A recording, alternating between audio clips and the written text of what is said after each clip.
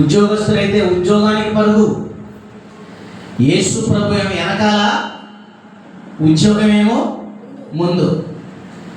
అది ఎప్పుడైతే మనము మార్చేసామో జీవితమే బోర్లు పడతా ఉంది. ముందు యేసయ్య ఉంటే నీకున్న ఉద్యోగానికి విలువ, ముందు యేసయ్య ఉంటే నీ కూలి పనికి విలువ, ముందు యేసయ్య ఉంటే నువ్వు చేసే చేతుల కష్టార్జనకి విలువ. ఈరోజు యేసయ్య వెనక పెట్టారండి, పనిని ముందు పెట్టుకున్నారు. ఎంత కష్టపడినా ఇల్లు చూస్తే అప్పుల సుడిగుండ, ఎంత కష్టపడుతున్నా కష్టార్జితాన్ని అనుభవించలేని పరిస్థితి, ఎంత కష్టపడుతున్నా సరే ఈఎంఐలు కట్టలేని పరిస్థితి. కారణం ఏంటో తెలుసా? వాళ్ళు అనుకుంటున్నారు నేను కష్టపడుతున్నాను కానీ నాకు ప్రతిఫలం దొరకట్లేదని. రీజన్ ఏంటో తెలుసా? కారణం ఏంటో తెలుసా? నువ్వు ప్లేస్ మార్చేశావు. ఆ ప్లేస్ ఏంటో తెలుసా? నీ ముందు యేసయ్య ఉండాల్సిన స్థానాన్ని వెనక్కి తీసుకొని పెట్టావు. కాబట్టి ఈ రాత్రి గమనించాలి, నిన్ను నీవు యేసుని పని కోసం లేదా దేవుని సువార్త కోసం పౌలులాగా ప్రత్యేకపరచుకున్నావా? ఒకవేళ యేసయ్య సువార్త కోసం లేదా గాస్పెల్ కోసం నువ్వు ప్రత్యేకపరచుకుంటే దేవుని సువార్త కొరకు నువ్వేం చేస్తా ఉన్నా? ఏమంటే మీ పాస్టర్ గారితో ఎంతమంది వెనకాల వెళ్తున్నారు సువార్తకి? ఈరోజు ఎంతమంది మాతో వచ్చిన సేవకులతో ఎంతమంది నడిచారు మీరు విశ్వాసులు? ఒక చిన్న విషయాన్ని మీతో నేను చెప్తాను. ఒక మంచి దైవజనుడు ఉన్నాడు. ఆయనకి ఒక చిన్న కొడుకు, ఒక 7-8 సంవత్సరాలు కలిగిన ఒక చిన్న పిల్లవాడు ఉన్నాడు ఆ పాస్టర్ గారికి. ఆ పాస్టర్ గారు ఆరాధన అయిపోయిన తర్వాత అమ్మాయి చాలు ఈరోజు అంతా అయిపోయిందని రెస్ట్ తీసుకునేవాడు కాదు. ఆ పాస్టర్కి ఉన్నటువంటి ఒక మంచి లక్షణం ఏంటో తెలుసా? ఆ చిన్న బాబుని తీసుకొని వాళ్ళ కొడుకుని తీసుకొని రోజు ఆదివారం ఆరాధన అయిపోయిన తర్వాత ఇంటింటికి వెళ్ళి ఒక 12 ఇళ్ళకి వెళ్ళి కరపత్రాలు ఇస్తాడు. అలాగే ప్రతి వారం వెళ్తూ ఉన్నారు. ఒక వారం నాడు బాగా వర్షం పడతా ఉంది. బాగా వర్షం పడతా ఉంటే ఆ పాస్టర్ గారు అనుకున్నాడు ఈరోజు వర్షం పడుతుంది కదా ఏం వెళ్తాంలే అని అనుకున్నాడు. వాస్తవంగా వాడు ఆ పాస్టర్ గారు అబ్బాయి ఉన్నాడు కదా, ఆ చిన్నపిల్లడు వచ్చి డాడీ ప్రతి ఆదివారం నాడు ఆరాధన అయిపోయిన తర్వాత మనం ఇలా గృహాల దగ్గరికి వెళ్ళి కరపత్రాలు ఇస్తాం కదా డాడీ ఈరోజు కూడా వెళ్దాం కదా అన్నాడు. వర్షం వస్తున్నానా? వద్దనుకున్నాను. డాడీ మనం వెళ్ళాలన్నా చిన్నపిల్లవాడు చెప్తే అప్పుడు పాస్టర్ గారు అనుకున్నాడు వాడికి ఎంత ఆశ ఉంది దేవుని కరపత్రాలు పంచడానికి, సువార్త చేయడానికి, కాబట్టి మరి నాకెంత ఉండాలి అనే ఒక ఆలోచన వచ్చి గొడుగు తీసుకొని తండ్రి కొడుకులు ఇద్దరు కూడా బయలుదేరి వెళ్ళారు. అలా ఇస్తూ 11 గృహాలకు కరపత్రాలు ఇచ్చారండి. ఇంకొక కరపత్రమే వారి చేతిలో మిగిలి ఉంది. ఆ కరపత్రాన్ని తీసుకొని వెళ్ళి ఆ ఒక ఇంటి ముందుకు వెళ్ళి తలుపు కొడతా ఉన్నారు. విచారకరమైన విషయం ఏంటో తెలుసు? ఆశ్చర్యమైన సంగతి, ఆ ఇంట్లో ఒక యవనస్తురాలైన స్త్రీ చిన్న పాపను, ఒక నెలల పాపని కలిగి భర్త చేత భయంకరమైన వేధింపులతో సరైనటువంటి శ్రద్ధ చూపని పరిస్థితిలో, ఇంటిలో ఆహారం లేక, కూరగాయలు లేక, నిత్యావసర వస్తువులు లేక బాధపడుతున్నటువంటి ఆ పరిస్థితిలో, భర్త వేధింపుల చేత బాధపడుతున్న పరిస్థితిలో ఆ సహోదరి ఆఖరి తీర్మానం చేసుకుని ఏంటో తెలుసా? ఈ ఫ్యాన్కి ఉరేసుకొని చనిపోతే బాగుండు అని. అలా ఆ ఫ్యాన్కి చీర కట్టింది, ముడి వేసుకొని ఉరి తీసుకుందామన్న సమయంలో చిన్న నెలల పాప ఏడుస్తూ ఉంది. దిగొచ్చింది, పాలిచ్చింది, అలా కూర్చోబెట్టి మరలా ఆ ఉరితాడు దగ్గరికి, ఆ చీర దగ్గరికి వెళ్ళింది. మరలా పాప ఏడుస్తూ ఉంది. మరలా దగ్గరికి వచ్చి గట్టిగా కౌలించుకుని ముద్దు పెట్టుకుందా ఉంది. ఇలా జరుగుతున్న సందర్భంలో ఒక్కసారిగా తన తలుపు మోగుతా ఉంది. ఇక చనిపోదాం అనుకున్న సమయంలో, ఆఖరిగా తీర్మానం చేసుకున్న సమయంలో ఈ టైంలో ఎవరు వచ్చారని వెళ్ళి తలుపు తీస్తే ఎదురుగా ఒక సేవకుడు ఒక చిన్న బాబుని అమ్మ కరపత్రం అన్నాడు. అది ఆమె తీసుకుంది. చదవగానే నీవు చనిపోవలసిన అవసరం లేదు, నీ కొరకు ఒకరు చనిపోయారు, ఆయనే నజరేయుడైన యేసుక్రీస్తు. గట్టిగా చప్పట్లు కొట్టి ప్రభు నామాన్ని మహిమపరచు. హల్లెలూయా. ఆ మాట వినగానే చనిపోదాం అనుకున్నటువంటి ఆ సహోదరి సజీవంగా బ్రతికి పట్టగట్టింది. కారణం ఏంటో తెలుసా? తన జీవితానికి లైఫ్ ఇచ్చింది. ఒక గర్భత్వం, ఒక గాస్పెల్. ప్రభునందు ప్రియులారా, ఈరోజు గమనించండి. నువ్వు అనుకుంటున్నావు ఏదో నా కాలం గడిచిపోయిన తర్వాత, నా వయసు అయిపోయిన తర్వాత, నాకున్న కోరికలు తీరిన తరువాత, కాళ్ళు నడవలేని పరిస్థితిలో, ఎవడు చూడలేని పరిస్థితిలో ఇక నాకు దిక్కు ఆ చర్చికి వెళ్తే ఆయన ఏదో 4 మాటలు చెప్తాడయ్యా అని లోపడిపోతే, ఏదో బాప్తిస్తం ఇచ్చి అయ్యా బాప్తిస్తం తీసుకున్నా, బాప్తిస్తం ఇస్తే నా జీవితం అలా కొట్టుకొని వెళ్ళిపోతుంది అని తీర్మానం చేసుకుంటున్నావేమో. లేదా మందిరానికి వెళితే కుప్పలు తెప్పలుగా నాకు ఆశీర్వాదం వచ్చేస్తుంది, మందిరానికి వెళితే బిల్డింగ్ల మీద బిల్డింగ్లు కడతాను అనుకుని ఒకవేళ యేసుక్రీస్తు దగ్గరికి నువ్వు వచ్చావేమో. సహోదరి, what ever it may be, నువ్వు ఏ స్థితిలో ఎలాగునా ప్రభుని నమ్ముకొని స్థలానికి వచ్చావో నాకు తెలియదు. అయితే ఈ రాత్రి నీకు సూటి ప్రశ్న ఏంటో తెలుసా? ఆ యొక్క చిన్న బాబు తన యొక్క తండ్రికి సహకరిస్తున్నట్లుగా ఈరోజు నీ సేవకులతో కలిసి దేవుని సువార్త పనిలోకి బయలుదేరి వెళ్ళేవారు ఎంతమంది ఉన్నారు? నిన్ను నీవు దేవుని సువార్త కోసం ప్రత్యేకపరుచుకున్న వాళ్ళు ఎంతమంది ఉన్నారు? జాబ్ చేయి, తప్పులేదు. కానీ 1 గంట నేను దేవుని పని చేస్తానన్న వాళ్ళు ఎవరండి? కూలి పనులకు వెళ్ళు, తప్పులేదు. వ్యవసాయం చేయి, తప్పులేదు. చెరువులు పండించు, తప్పులేదు. కానీ నేను 1 గంట అయినా సువార్త పరిచర్య చేస్తానని ఎవరు ప్రత్యేకపరుచుకున్న వాళ్ళు? మీ పాస్టర్ గారు నేను అడిగితే ఎంతమంది పేర్లు చెప్తాడో నాకు తెలియదు. అర్థమైందా? పాస్టర్ గారు వెనకాల బయలుదేరి వెళ్ళేవాళ్ళు ఎంతమందో మాకు తెలియదు. ఈరోజు సేవకులు మీ గృహాల దగ్గరికి వచ్చారు, మీకు ఎంత సంతోషం. ఈరోజు ఒక్కొక్క ఇంటికి అడుగు పెడతా ఉన్నాడు దైవజనుడు, నీకు ఎంత సంతోషం అండి. కనుక ప్రభువునందు ప్రియులారా, అలాగే మనము కూడా ఒక ఇంటికి వెళితే ఆ ఇంటికి సంతోషం కలుగుతుంది. Praise the Lord. Blessings will come in 2 ways. ఆశీర్వాదాలు 2 మార్గాల్లో వస్తాయి. బాగా గుర్తుపెట్టుకోండి. ఆశీర్వాదము 2 దారుల్లో వస్తుంది. 1 దైవ సేవకుని ద్వారా, 2 సంఘ విశ్వాసుల ద్వారా ఆశీర్వాదం వస్తుంది. హల్లెలూయా, హల్లెలూయా. అందుకనే దైవజనుడా, నీవు నా ఇంటికి వచ్చుట మంచిది. దైవ సేవకులు ఒక ఇంటికి వెళ్ళినప్పుడు ఆ ఇల్లు ఆశీర్వదించబడింది. ఇంకో విషయం తెలుసా? సంఘము ఒక ఇంటికి వెళితే నిన్ను బట్టి ఆ ఇల్లు ఆశీర్వదించబడదండి. స్తోత్రం, హల్లెలూయా. నువ్వు ఆరాధిస్తున్న దేవుడు ఎలాంటి దేవుడో తెలుసా? అసలు నిన్ను ఆశీర్వదించి నిన్ను అనేక మంది జనాలకు ఆశీర్వాదకరంగా నిన్ను పెట్టాడు తెలుసా? నీవు నేను అనేకులకు ఆశీర్వాదకరంగా దేవుడు చేశాడు. మనం అనేకులకు ఆశీర్వాదంగా ఉన్నటువంటి వారు. అందుకని ఆనాడు అబ్రహాముతో దేవుడు చెప్పాడు, అబ్రహామును బట్టి అనేకలని దేవుడు దీవించాడు. హల్లెలూయా, హల్లెలూయా. కనుక అబ్రహాము, ఎంతమంది అబ్రహామును చక్కగా నువ్వు దీవించబడాలని అంటారో అన్నవాళ్ళందరూ దీవించబడతారు. స్తోత్రం చెప్ప గట్టిగా. హల్లెలూయా. ఈరోజు ఆశ్చర్యమైన విషయం ఏంటో తెలుసా? పాస్టర్ కూడా తిట్టుకునేవాడు ఉన్నాడు. విశ్వాసి పొట్లాడుకునే వాళ్ళు ఉన్నారు. అసలు విషయం ఏంటో తెలుసా? నిన్ను బట్టే నిన్నే దేవుడు ఆశీర్వాదానికి ఉంచాడన్న సంగతి మనం మర్చిపోతున్నాం. కనుక ప్రభునందు ప్రియులారా, నీవు దేవుని సువార్త పని కొరకు ప్రత్యేకం చేసుకోవాలి. కాలేజీ స్టూడెంట్స్, యవనస్తులు చదవాలి. సువార్త పని 1 గంట నువ్వు ప్రత్యేకపరచుకోవాలి.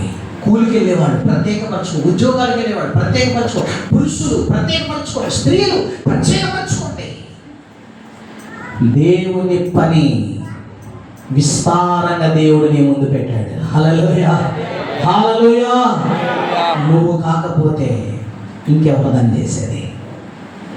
నువ్వు చేయకపోతే ఇంకెవరు దాన్ని చేసేది?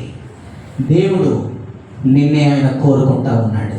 గమనించండి, ఒక సందర్భాన్ని మీకు నేను జ్ఞాపకం చేస్తున్నాను. యెషయా ఒక దర్శనాన్ని చూస్తూ ఉన్నాడు. ఆ దర్శనంలో గడప కమ్ములు పునాదులు అదిరిపోయిందగా సరాపులు కెరూబులు వేల వేల దేవదూతలందరూ కూడా సింహాసనం ఎదుట పరిశుద్ధుడు పరిశుద్ధుడు పరిశుద్ధుడని కొనియాడబడుచుండగా ఒక గొప్ప స్వరం, ఒక గొప్ప స్వరం, ఎవరు వెళతారు నా పని కోసం అని వినబడుతుండగా, ప్రత్యేకంగా ఎస్ఐని అడగలేదండి. మిమ్మల్ని మీరు అయ్యా నువ్వు వెళ్తావా దేవుని పని కోసం అని ప్రత్యేకంగా నిన్ను అడగట్లా. అమ్మా నువ్వు వెళ్తావా దేవుని పని కోసం ప్రత్యేకంగా నిన్ను అడగట్లా. స్వరం వినబడతా ఉంది. అప్పుడు వెంటనే ఎస్ఐ అంటున్నాడు, ప్రభువా నేనున్నాను, నన్ను పంపుము. దేవుని పని కోసం నువ్వే వెళ్ళాలి, దేవుని సేవ నువ్వే చేయాలి. నువ్వు చేస్తే తప్ప దేవుని సేవ జరగదు, నువ్వు వెళితే తప్ప సువార్త జరగదు అని దేవుడు ఎవరి కోసం, అలాంటి వాళ్ళ కోసం కాసుకొని కూర్చోడు. నువ్వు చేయకపోతే నీ తరపున ఇంకొకరిని దేవుడు పెడతాడు. హల్లెలూయా. వాడు చదువు ఉన్నవాడా, చదువు లేనివాడా, జ్ఞానం ఉన్నవాడా, జ్ఞానం లేనివాడా, వాడు పనికి వచ్చేవాడా, పనికి రానివాడా, దేవునికి అది అవసరం లేదు. పెంట కుప్ప మీద పారేసిన దాన్ని కూడా తీసుకొచ్చి ఉపయోగించుకోగలిగిన వాడు మన దేవుడు. హల్లెలూయా, హల్లెలూయా. అయితే నువ్వేం చేయాలి తెలుసా? ప్రభువా ఐఎమ్ రెడీ టు గో. నేను సిద్ధంగా ఉన్నాను, నేను సిద్ధంగా ఉన్నా, నేను వెళ్తాను, నన్ను పంపించు. అది నీ అంతటికి నీవే సిద్ధపడాలి. ఈ రాత్రి ఒక డిసిషన్ అదేంటో తెలుసా? నేను దేవుని పని కొరకు నన్ను నేను ప్రత్యేకం చేసుకుంటా. నువ్వు ప్రత్యేకపరచబడితే దేవుడు నిన్ను వాడుకుంటాడు. అదే పౌలు అంటున్నాడు, దేవుని సువార్త నిమిత్తము నన్ను నేను ప్రత్యేకం చేసుకున్నాను. ఎందుకో తెలుసా? సువార్త చాలా విలువైనది. నేను మీకు కొన్ని విషయాలు నేను చెప్తాను. చాలా క్లుప్తంగా నేను ముగించాలని ఆశ కలిగి ఉన్నాను. పిల్లలు గమనించండి. ఇంతకీ ఆ గాస్పెల్ సువార్త అనేటువంటిది ఏమి సందేశాన్ని మనకి ఇస్తుంది అని అంటే, మొట్టమొదటి విషయం వచ్చేసేపాటికి సువార్త అనేటువంటిది మనకు ఒక గొప్ప amazing love, God's amazing love, దేవుని అద్భుతమైన ప్రేమ నీకు సువార్త ఒక సందేశాన్ని ఇస్తా ఉంది. అంటే దేవుడు ప్రేమించినట్లుగా ఇక నిన్నెవ్వరూ ప్రేమించరు. ఒక నువ్వు అనుకుంటున్నావేమో, నాకు అన్నలు ఉన్నారు, అక్కలు ఉన్నారు, అన్నదమ్ములు ఉన్నారు, అక్క చెల్లెలు ఉన్నారు, బంధుమిత్రులు ఉన్నారు, అందరూ ఉన్నారు. అర్థమైందా? చిన్న ఆ పాట ఒక గాయకుడు రాసింది, అన్నదమ్ములే ఉన్నారని ఎగరకు, భార్య బిడ్డలే ఉన్నారని భ్రమియకు, వల్ల కాటి వరకు వచ్చి నిన్ను వదిలేస్తారు, వెనక్కి తిరిగి చూడకుండా వారు వెళ్ళిపోతారు. ఒకవేళ నువ్వు అనుకుంటున్నావేమో, నాకు అందరు ఉన్నారు, కానీ ఎందరూ ఉన్నా దేవుడి దగ్గర నుంచి వచ్చే ప్రేమ నీకు ఎక్కడ దొరకదు. చెప్తాం హల్లెలూయా, హల్లెలూయా. నాకు చెప్పడానికి సమయం లేదు కనుక ఒక మాటలో మీకు చెప్తున్నాను. నిన్ను నిజమైన ప్రేమతో ప్రేమించిన వారు ఎవరైనా నీకు కనపడ్డారా ఈ సంవత్సరాల్లో? ఒక్క యేసు తప్ప. అయ్యా, మన చరిత్రలు చాలా గొప్పది, మన పాత జీవితం, మన ప్రస్థానం చాలా గొప్పది, గమనించండి. కానీ ఈరోజు ఇక్కడ ఉన్నామంటే కేవలం దేవుని ప్రేమే. హల్లెలూయా, హల్లెలూయా. లోకంలో నువ్వు ద్వేషించబడ్డావమ్మా, లోకంలో వెలివేయబడ్డావు, తక్కువగా చూడబడ్డావు. నువ్వు లోకాన్ని ఎంత జయించుకుంటా వచ్చినా అంతగా అణిచివేయబడ్డావు. కానీ దేవుని ప్రేమ మాత్రమే తీసుకొచ్చి ఇక్కడ పెట్టింది. ఆమేన్. ఒకటి, దేవుడు నిన్ను ఎక్కువగా ప్రేమిస్తా ఉన్నాడు. Amazing love. సువార్త ఏం సందేశాన్ని ఇస్తుందంటే దేవుని ప్రేమ, అద్భుతమైన ప్రేమ ఇస్తుంది. రెండవది అన్మెరిటెడ్ గ్రేస్, కృప. నాకన్న పాడుతూ ఉండండి, కృప అనే పదము పరవశించేటట్లు చేస్తుంది. అన్మెరిటెడ్ గ్రేస్ అంటే ఒక చిన్న ఎగ్జాంపుల్ చెప్తే మీకు అర్థం అవ్వాలని. ఒక స్కూల్లో టీచర్ పిల్లలందరికీ ఎగ్జామ్ పెట్టింది. ఎగ్జామ్ పెట్టిన తర్వాత పిల్లల దగ్గర పేపర్లు తీసుకొని కరెక్షన్ చేసింది. అందరికీ కరెక్షన్ చేసి అందరికీ పేపర్లు డిస్ట్రిబ్యూషన్ చేసింది. ఎగ్జామ్ పేపర్లు అందరూ చక్కగా మార్కులు చూసుకుంటున్నారు. ఆ పిల్లలందరిలో ఒకరికి 100 మార్కులకి 110 మార్కులు వచ్చినాయి. వినాలి, 100 మార్కులకి ఎన్ని వచ్చినాయి? 110 మార్కులు వచ్చినాయి. వాడు వెంటనే లేచి, టీచర్ 100కి 100 మీరు వేయాల్సింది, 100కి 10 మార్కులు నాకు ఎక్స్ట్రా మార్కులు ఇచ్చారు టీచర్ అన్నాడు. అప్పుడు టీచర్ అంటున్నారే, నీకు 100 వచ్చినాయిరా, నువ్వు పాస్ అయ్యావు కనుక మనస్ఫూర్తిగా 10 మార్కులు ఎక్స్ట్రా ఇచ్చానండి. ఇంకొకళ్ళు ఇచ్చాడు, వాడికి 60 మార్కులు పాస్ మార్కు గాను 59 మార్కులు వచ్చినాయి. వాడు లేచి అంటున్నాడు, టీచర్ 1 మార్క్ ఇస్తే నేను పాస్ అయిపోతాను టీచర్ అన్నాడు. ఎన్ని? 1 మార్క్ ఇస్తే నేను పాస్ అయిపోతాను టీచర్ అన్నాడు.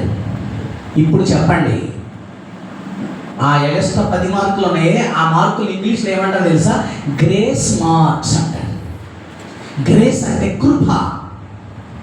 గమనించండి, ఇప్పుడు చెప్పండి, వీళ్ళిద్దరిలో 1 మార్కు ఉన్నవాడికి గ్రేస్ కావాలా, 100కు 100 వచ్చిన వాడికి గ్రేస్ కావాలా? మాట్లాడరే, అర్థం కాలేదా? 1 మార్క్ ఇస్తే పాస్ అవుతాను అన్నవాడికి గ్రేస్ మార్కులు కావాలా, పాస్ అయిపోయి 100కు 100 వచ్చిన వాడికి గ్రేస్ మార్కులు కావాలా? 100కు 100 వచ్చిన 100కు 100 వచ్చినవాడు కదా. 1 మార్క్ అడిగాడే టీచర్, 1 మార్క్ ఇవ్వండి టీచర్. వాడికి 1 మార్క్ ఇస్తే గ్రేస్ మార్కు వాడు పాస్ అయిపోతాడు. సో గ్రేస్, అన్మెరిటెడ్ గ్రేస్ అంటే అర్థం ఏంటి తెలుసా? నీకు నాకు అర్హత లేదండి, మనం అందరం తప్పాం. మనం అందరం దేంట్లో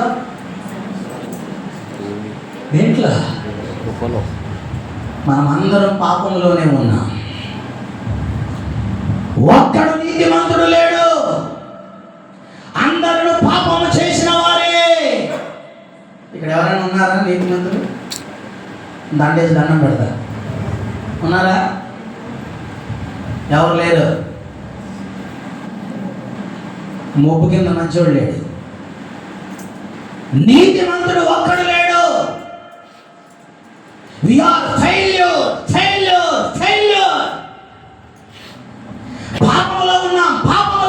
పాపములో ఉన్నాం. ఎవడు కూడా పాస్ అయినోడు లేడు, నీతిమంతుడు ఒక్కడు లేడు.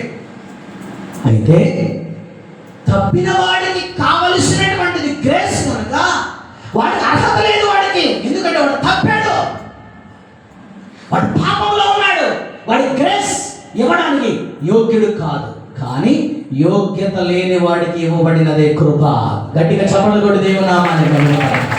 యోగ్యత లేని వాడికి ఇవ్వబడినది గ్రేస్, అదే అన్మెరిటెడ్ గ్రేస్. యోగ్యత లేనటువంటి మనకు దేవుని కృప మనకి ఇవ్వబడింది. అది సువార్త సందేశం. రెండవది, మూడవ విషయం ఏంటో తెలుసా? The free offer gift, eternal life. శాశ్వతకరమైనటువంటి పరలోక రాజ్యం నీవు డబ్బు పెట్టుకొనలా, నువ్వు డబ్బులు ఇచ్చుకొనలా, బంగారం ఇచ్చుకొనలా, ఆస్తులు ఇచ్చుకొనలా. పరలోక రాజ్యం నీకు దేవుడు ఉచితంగా ఇచ్చాడు. హల్లెలూయా, హల్లెలూయా. ఏంటిదమ్మా ఇది? ఉచితం, ఫ్రీ. దేవుని రాజ్యానికి వెళ్ళడానికి ఫ్రీగా దేవుడు నీకు ఆఫర్ ఇచ్చాడు. ఒకటి కొంటే రెండు ఫ్రీ, ఫ్రీ. అర్థమైందా? అవి షాపులో శారీస్, షాపులో వస్తువులు. కానీ ఇక్కడ లేదు, ఒకటి కొంటే రెండు ఫ్రీ. అర్థమైందా? ఏకంగా ఆ ఒకటే ఫ్రీ. అదే దేవుని రాజ్యం. హల్లెలూయా. ఇది సువార్త ఇచ్చేటువంటి సందేశం. 3, దేవుని అద్భుతకరమైన ప్రేమ, అర్హత లేని మనకు ఇవ్వబడిన దేవుని కృప, 3వది ఉచితంగా ఇవ్వబడిన శాశ్వతకరమైన జీవితం. అయితే ప్రభువునందు ప్రియులారా, మనం గమనించినట్లయితే అసలు దేవుని సువార్త యొక్క ఆ యొక్క దృష్టి ఏంటి అని మనం ఆలోచన చేస్తే, దేవుని సువార్త యొక్క భావము ఏమిటి అని అర్థం చేస్తే 3 విషయాలు నేను మీతో చెప్పాలనుకుంటున్నాను. చూడండి, మొట్టమొదటి విషయం ఏమిటంటే, మనకు గత జీవితం నుండి దేవుడు ఒక విడుదలను ఇచ్చాడు సువార్త ద్వారా. Freedom from the fast. గత జీవితం నుండి దేవుడు మనకు విడుదలనిచ్చాడు, స్వేచ్ఛ ఇచ్చాడు. ఇది సువార్త ద్వారా నీకు దొరికేటువంటి మొట్టమొదటి ప్రయోజనం. అందుకనే సువార్తను లక్ష్య పెట్టాలి, సువార్తను ప్రకటించాలి. ప్రియులారా, గమనించండి, మన తప్పులను క్షమించగలిగే అధికారము ఎవరికైనా మనుషులకు ఉందండి? లేదండి. మనకు మామూలుగా చూస్తే కొన్ని డినామినేషన్లో, ప్రత్యేకంగా నేను పాయింట్అవుట్ చేయను కానీ, డినామినేషన్ ఏం చేస్తారు తెలుసా? వాళ్ళు ఏదైనా తప్పు చేశారనుకో చెవులు వెళ్ళి ఊదుతారు. అర్థమైందా? చెవులు చెప్తారు నేను ఈ తప్పు చేశాను. ఎందుకని? వాళ్ళకు ఒక ఫెయిత్ ఉంటుంది. అదేంటో తెలుసా? ఆయన చెప్తే నా పాపం అంతా క్షమించబడద్దని. నో, మనుషులకి అధికారం లేదు పాపములు క్షమించుట.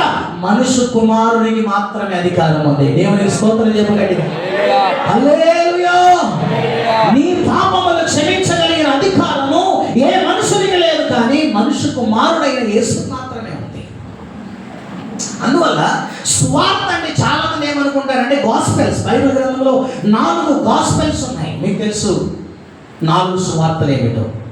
సువార్త అంటే ఏమని విభజిస్తారు అంటే, యేసుక్రీస్తు యొక్క జననము, యేసుక్రీస్తు యొక్క పరిచర్య, యేసుక్రీస్తు యొక్క మరణము, యేసుక్రీస్తు యొక్క పునరుద్ధానం. వీటిని గాస్పెల్, సువార్తలు అంటారు. అయితే మరొక విషయం ఏంటో తెలుసా?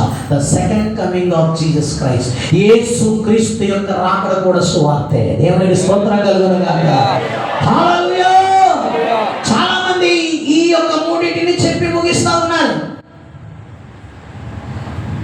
కానీ ఆయన యొక్క రాకడ కూడా సువార్తే. ఆయన వస్తున్నాడనే సువార్తను కూడా ప్రకటించాలి.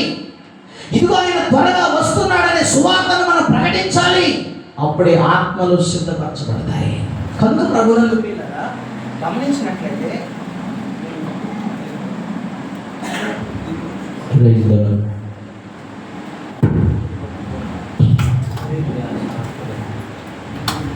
నేను క్లుప్తంగా ముగిస్తా ఉన్నాను. మొట్టమొదటి విషయం ఏమిటంటే, 3 విషయాలు మీతో ఈ రాత్రి చెప్పి నేను ముగిస్తా ఉన్నాను. మొట్టమొదటి విషయం ఏంటంటే, ఫ్రీడమ్ ఫ్రమ్ ద పాస్ట్. గత జీవితంలో జరిగిన ప్రతి ఒక్కటి కూడా అది ఏమైపోయిందంటే క్షమించబడినది. పాతవి చెప్పండి, పాతవి. ఇంకా కొంతమంది పాత దాన్ని తోకుంటారు, పాతాన్ని తోకుంటారు. అయ్యా నేను అదయ్యా, నేను ఇదయ్యా, నేను అదయ్యా. అసలు దేవుడు నీ పాత జీవితం అంతా వైట్ వాష్ చేశాడు. నీ గత జీవితం అంతా కూడా తుడిచి వేసేసాడు. దానిలో నీకు ఒక మంచి ఫ్రీడమ్, స్వేచ్ఛను దేవుడు నీకు ఇచ్చాడు. సో మనము పాత జీవితంలో ఇక లేవు, నూతన సృష్టిలో మాత్రమే మనం ఉన్నాం. దేవునికి స్తోత్రం కలుగును గాక. హల్లెలూయా. కానీ విచిత్రం ఏంటో తెలుసా, ఇంకా రక్షణ పొంది, మారు మనసు పొంది, బాప్తిసం పొంది, బల తీసుకుంటూ ఇంకా కొంతమంది పాత జీవితంలోనే జీవిస్తూ ఉన్నాయి. నాకు తెలిసిన ఒక పెద్ద ఆయన ఉన్నాడు మా ఊరిలో. ఆదివారం వస్తే కనుక పొద్దున్నే చికెన్ షాప్ పెడతాడు. ఇది కోల్డ్ చికెన్ షాప్ పెడతాడు. మధ్యాహ్నం 1 గంట 2 వరకు చికెన్ కొట్టుకుంటాడు, మొత్తం చదువుకుంటాడు, ఇంటికి వెళ్ళిపోతాడు. ఇంటికి వెళ్ళిపోయి తల నుండి కింద వరకు తల స్నానం చేస్తాడు, తెల్ల బట్టలు కడతాడు, నేరుగా డైరెక్ట్గా చర్చికి వెళ్తాడు. పాస్టర్ గారు అప్పటికి ముగించి పాపం ఆయన రెస్ట్లో ఉంటాడు. అక్కడికి వెళ్ళి పాస్టర్ గారు ఆ రొట్టె ద్రాక్ష రసం అంటాడు. ఆయన బాధ తట్టుకోలేక ఆయన సంగతి తెలుసు పాస్టర్ గారికి. ఎందుకని ఆ చర్చిని అక్కడ కట్టించడానికి ప్రయాసపడింది ఆయనే, ఈ తెల్లబట్టలు ఆయనే. అందువల్ల మళ్ళీ ఆయన తేడా చేస్తే అక్కడ ఉండడేమోనని పాస్టర్ గారికి ఆయన గురించి తెలుసు. రొట్టె ద్రాక్ష రసం చేతిలో పెడతాడు, రొట్టె తింటాడు, ద్రాక్ష రసం తాగుతాడు, నేరుగా బయలుదేరి వైన్ షాప్కి వెళ్తాడు. ఫుల్ అవుతాడు, ఇంటికి వస్తాడు, అన్నం తింటాడు, పడుకుంటాడు. మారిందా ఏమన్నా గత జీవితం? ఏమన్నా ఉందా మార్పు? ఈరోజు విచిత్రం ఏంటో తెలుసా, గత జీవిత బ్రతుకులు ఇప్పటికీ మారట్లా. ఎక్కడ ఉన్నవారు అక్కడే. ఏ గొడవ అయితే ఆ గొడవ. చూడండి ఇళ్ళల్లో, గ్రామాల్లో చూడండి. మరి వీళ్ళు ఎవరు వీళ్ళు? మళ్ళీ వీళ్ళకి గత టైటిల్స్ ఉన్నాయి. ఏమని? పరిశుద్ధులు, విశ్వాసులు. ఆదివారం చూస్తే మనంటి భక్తి పరులు ఇంకెవరు ప్రపంచంలోనే కనపడ్డారు. కానీ అయిపోయిన తర్వాత మరలా ఎక్కడ? లోకంలో. నేనేమంటున్నానంటే, గత జీవితంలో దేవుడు నీకు స్వేచ్ఛ ఇచ్చినప్పుడు, వాటిని కడిగి వేసినప్పుడు, మరలా నీవు కుక్క వాంతికి తిరిగినట్లుగా, పంది కడిగిన తర్వాత మరలా ఆ బురదలో డొల్లినట్టుగా నీ జీవితం నా జీవితం ఉండదు. మన జీవితం ఎలా ఉండాలి తెలుసా? నూతన సృష్టి. దేవునికి స్తోత్రం కలుగునుగా. ఒకవేళ ఇక్కడ ఈ రాత్రి ఎవరైనా సరే చుట్టలు తాగేవాళ్ళు, బీడీలు తాగేవాళ్ళు, మందు తాగేవాళ్ళు, బూతులు మాట్లాడేవాళ్ళు, సీరియల్ చూసేవాళ్ళు, సినిమాలు చూసేవాళ్ళు, గొడవలు పడేవాళ్ళు, ఇష్టానుసారమైన లోక జీవితాన్ని జీవించేవారు. మీరు అనుకుంటున్నారు ఏమి తెలియదా అని. కానీ పైన ఎక్స్రే ఒకటి ఉంది. దేవుడు అందరినీ చూస్తున్నారు, మంచివాళ్ళని చెడ్డవాళ్ళని. సామెతలు 15:3 ప్రకారంగా దేవుడు అందరినీ చూస్తున్నాడు. గత జీవితాన్ని దేవుడు తుడిచివేసి నీకు ఫ్రీడమ్ ఇచ్చాడు కనుక ప్రస్తుతము నూతన సృష్టిగానే మాత్రమే నీవు ఉండాలి. దేవునికి స్తోత్రం కలుగునుగాక. హల్లెలూయా. రెండవది, పవర్ ఫర్ ద ప్రెజెంట్. ప్రస్తుతము నీకు కావలసిన శక్తి. గత జీవితంలో దేవుడు నీకు స్వేచ్ఛనిచ్చాడు. 2, సువార్త ఉద్దేశం ఏమిటంటే ప్రస్తుతము దేవుడు నీకు శక్తి ఇవ్వబోతా ఉన్నాడు. హల్లెలూయా, హల్లెలూయా. క్రీస్తునందున్న వారికి ఏ శిక్షా విధి లేదు. ప్రభునందు ప్రియులారా, నశించుచున్న వారికి వెర్రితనమేమో కానీ సువార్త రక్షింపబడిన నీకు ఏంటంటే ఇది పవర్, ఇది శక్తి, ఇది శక్తి. అందుకే లేఖనాలు ఏమి బోధిస్తున్నాయంటే భక్తి చేస్తున్నాడు కానీ భక్తిలో ఉన్న శక్తిని పొందుకోలేకపోతున్నాడు.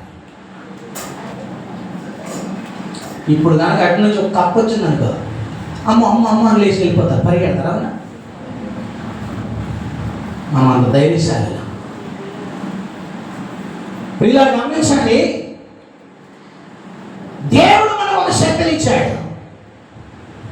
అది దేవుని సువార్తను బట్టి దేవుడు మనకి ప్రస్తుతం శక్తి మనకున్నది. దెయ్యాల మీద అధికారం ఉన్నది, రోగముల మీద అధికారం ఉన్నది, మంత్రశక్తుల మీద అధికారం ఉన్నది, లోకాన్ని జయించే మనకు అధికారం ఉన్నది. ప్రస్తుతము దేవుని శక్తి మనకి ఇవ్వబడింది. స్తోత్రం చెప్దాం, హల్లెలూయా. నీవు శక్తిహీనుడవు కాదు. ప్రజెంట్ దేవుని శక్తి నీకు ఇవ్వబడింది.